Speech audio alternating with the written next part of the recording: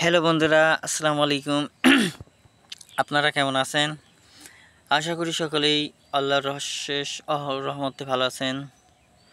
তো আজকে আমি আপনাদের জন্য খুবই গুরুত্বপূর্ণ একটি ভিডিও নিয়ে আলোচনা করব।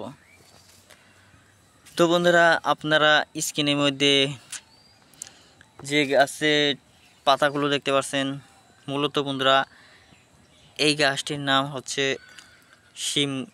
শিম গাছ, যাকে গ্রামগঞ্জের মানুষেরা শিমুর বলা হয়।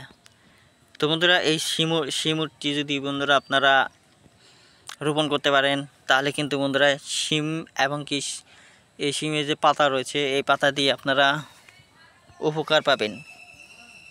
তো বন্ধুরা, এটি দিয়ে শিম কিন্তু গুরুত্বপূর্ণ একটি সবজি।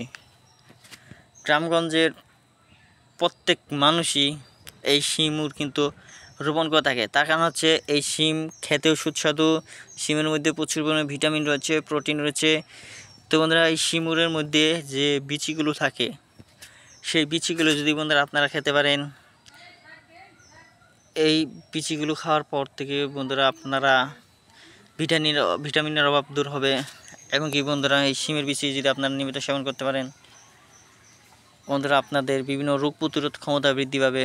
তো বন্ধুরা, শিমুর বিচি আপনারা কিন্তু শিমুর দেখতে পাচ্ছেন না, এই গাছগুলো কেবল কয়েকদিন হলো রোপণ করেছে, আস্তে আস্তে বড় হবে। তারপর বন্ধুরা বড় হওয়ার পর থেকে বন্ধুরা দেখতে পাবেন এই গাছে শিমুর আসা শুরু করবে। তারপর এই শিমুরের দাম কিন্তু বন্ধুরা অনেক। এই শিমুর বিক্রি প্রায় 50 থেকে 60-80 টাকা কেজি বিক্রি করা হয়। আপনারা চাইলেও এই শিমুর রোপণ করে অনেক টাকা ইনকাম করতে পারবেন খুব সহজেই। ধন্যবাদ আপনাদেরকে।